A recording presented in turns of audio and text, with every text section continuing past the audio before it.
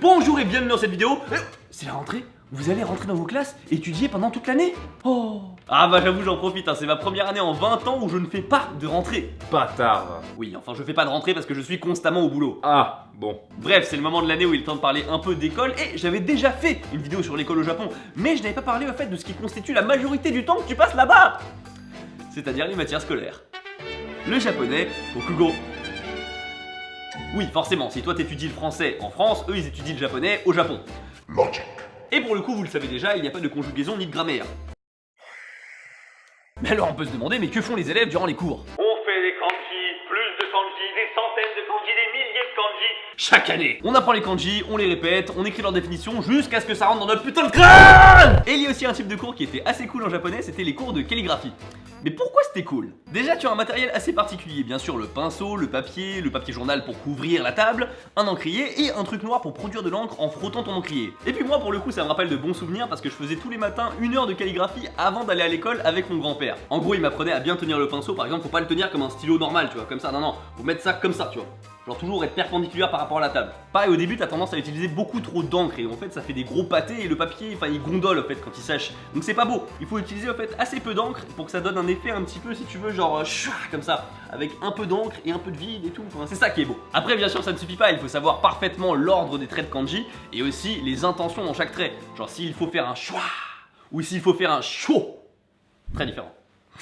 Et en fait je crois que ce qui est sympa avec la calligraphie c'est que ça fait à la fois un peu atelier de dessin et aussi un peu philosophie. Tu réfléchis vraiment au sens des mots, à leur signification, à leur profondeur, tout ça. Bref, c'est cool. Les activités de club, bukatsu.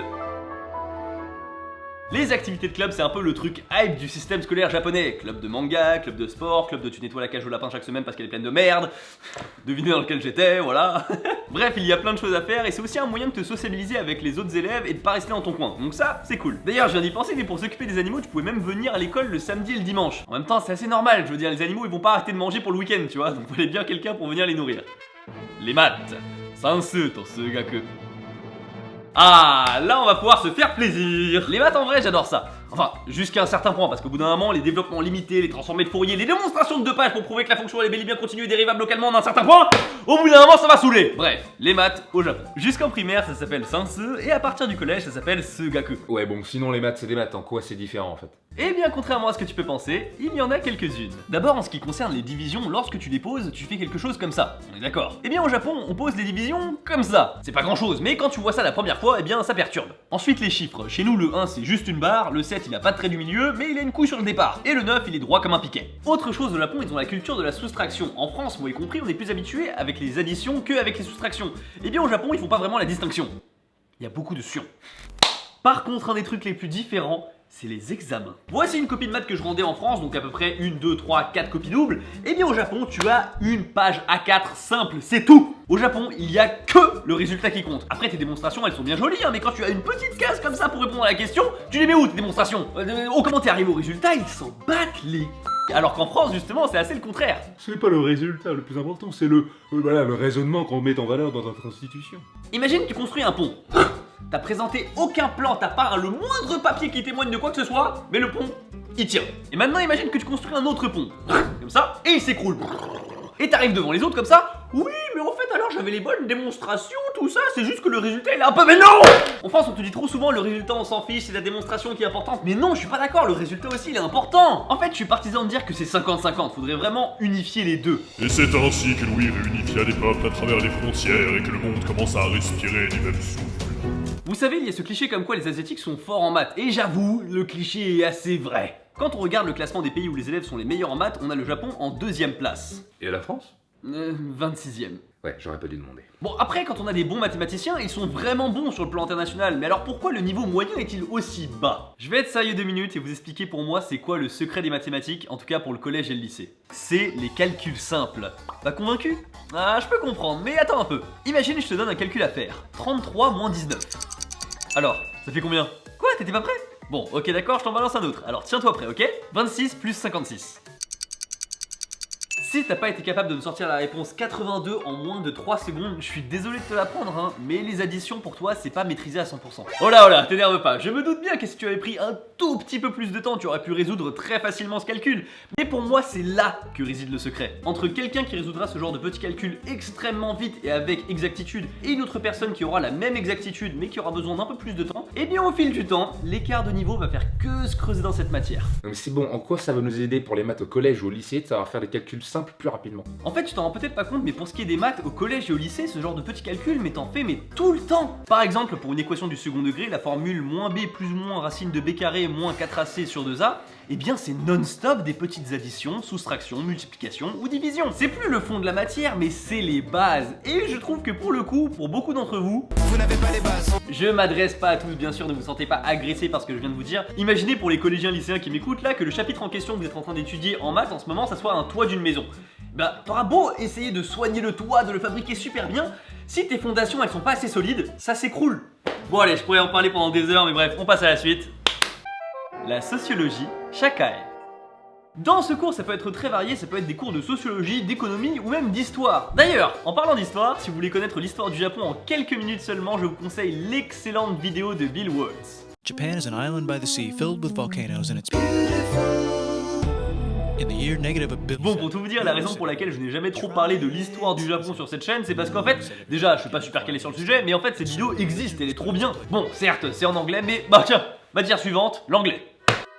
L'anglais est égaux. Alors récemment, le gouvernement a fait en sorte que les jeunes japonais apprennent l'anglais plus tôt, genre à l'âge de 10 ans, alors qu'avant c'était plus à l'âge de 13-14 ans. Mais globalement, on va pas se le cacher, ils sont nazes. Non mais voilà, je dis ça parce que nous les Français, c'est connu qu'on n'est pas non plus des oufs en anglais, mais eux, non. Non. Hello, my name is Nakamura Sansho. Les sciences, Lika, Kagaku.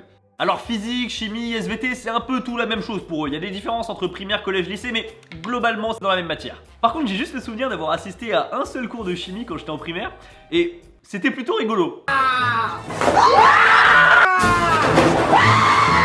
En vrai, je devrais demander à Nozman s'il serait pas chaud pour faire un truc comme ça. La musique et les arts plastiques, c'est plus ou moins pareil, sauf qu'il y a plus d'instruments. La société Shakai. Ah ça c'est un peu plus intéressant, ça change au fil des années et ça ressemble un petit peu à l'éducation civique qu'on peut avoir en France. Ça peut très bien être des débats dans la classe sur certains sujets, comme ça peut être visiter la déchetterie du coin pour savoir comment sont triés les déchets. Et vu comment le système de tri au Japon il est... crois-moi, t'as besoin de cours. Attends, c'est super simple. Le mardi, t'as les cartons, les canettes, les bouteilles en plastique. Les mercredis et les samedis, t'as les combustibles. Les jeudis, t'as les non combustibles comme le verre et les ampoules. Et le vendredi, t'as les récipients des aliments du combini comme les sacs plastiques et les paquets de chips. Non mais attends, la bouteille plastique d'eau, classique, ça c'est le mardi. Sauf que la bouteille plastique pour contenir les sauces par exemple, c'est le même plastique hein. Eh bien non, ce n'est pas le mardi, c'est le vendredi. Pourquoi? Bref, sinon plus globalement ça sert surtout à sensibiliser les jeunes sur les questions écologiques. Et en plus ils vont sur le terrain, du coup c'est assez sympa. Le sport, Taïku. Au niveau du sport, il y a le célèbre bonnet rouge ou blanc. En fait c'est le même bonnet. On a tous un bonnet en fait qui est retournable, qui est d'un côté rouge et de l'autre côté blanc. Et tu me diras à quoi ça sert en fait? Et bah ça sert à faire des équipes au sport. Et forcément vous aurez remarqué les couleurs rouge et blanc parce que le drapeau japonais. Enfin je crois. D'ailleurs autre chose, anecdote personnelle sur le sport. J'ai le souvenir en fait que pour se changer au Japon, pour aller dans la piscine en fait de l'école, eh bien on se changeait dans les salles de classe. Alors forcément, on distinguait filles et garçons, et donc il y avait à peu près 3 salles pour les garçons pour se changer et 3 salles pour les filles. Et puis ça intervertissait si tu veux dans le couloir, il y avait plein de salles comme ça, t'entends c'était les mecs, t'entends c'était les filles. Et en fait je suis sorti pour aller pisser. Un moment après m'être changé, je suis sorti pisser, et au moment de revenir j'étais... Merde. C'était laquelle ma salle? J'étais un peu coincé si vous voulez, j'étais coincé forcément. J'allais pas non plus, j'allais pas tenter au hasard, aller hop là j'ouvre une porte. Ah bah non, c'était la mauvaise. Et en plus je pouvais pas non plus épier, t'imagines, j'étais comme ça derrière la porte. Non je peux pas faire ça non plus, c'était cramé. Du coup qu'est-ce que j'ai fait? J'ai attendu 10 minutes comme un con. J'ai attendu 10 minutes comme un con jusqu'à ce qu'un garçon sorte d'une salle et du coup j'ai compris que celle-là était safe et puis je suis rentré. L'économie domestique, Kateka. Alors ça c'est un des cours les plus intéressants. J'ai l'impression que j'ai dit ça pour tous les cours, mais bref. C'est un des cours les plus intéressants. Pourquoi? C'est parce que tu vas vraiment apprendre des choses utiles dans la vie de tous les jours. Souvent, j'entends des élèves en France qui se plaignent, tu vois, et qui disent... Mais de toute façon, ça va nous servir à quoi dans la vie, hein? Eh bien, dans ce cours, t'as vraiment des trucs cool à faire. Tu vas apprendre à cuisiner, par exemple, ça peut très bien aller du dressage de la table, à éplucher des patates, jusqu'à la cuisson d'une viande et l'assaisonnement, tu vois. Et tu vas aussi apprendre à coudre. Je me souviens qu'à l'époque, j'avais genre cousu une sorte de cache-mouchoir, tu vois, tu mettais tes mouchoirs à l'intérieur et tu pouvais prendre comme ça. J'étais très fier, voilà, j'étais très fier. Enfin, voilà. Bref, j'espère qu'avec ça j'ai pu vous éclairer sur les matières scolaires au Japon et leur fonctionnement. J'ai pas parlé de tout parce qu'en fait il y a pas mal de nuances en fait quand tu rentres dans le secondaire, comme en témoigne ce graphique qui ne fait que passer. Enfin sur ce, merci beaucoup d'avoir regardé cette vidéo, n'hésite pas à lâcher un pouce bleu et à t'abonner si elle t'a plu. Et puis moi je te dis à la prochaine, tchuss. Je dois tourner des phrases, on t'emmènera au Japon. Ah bah c'est trop cher payé, ok? Moi j'en ai marre.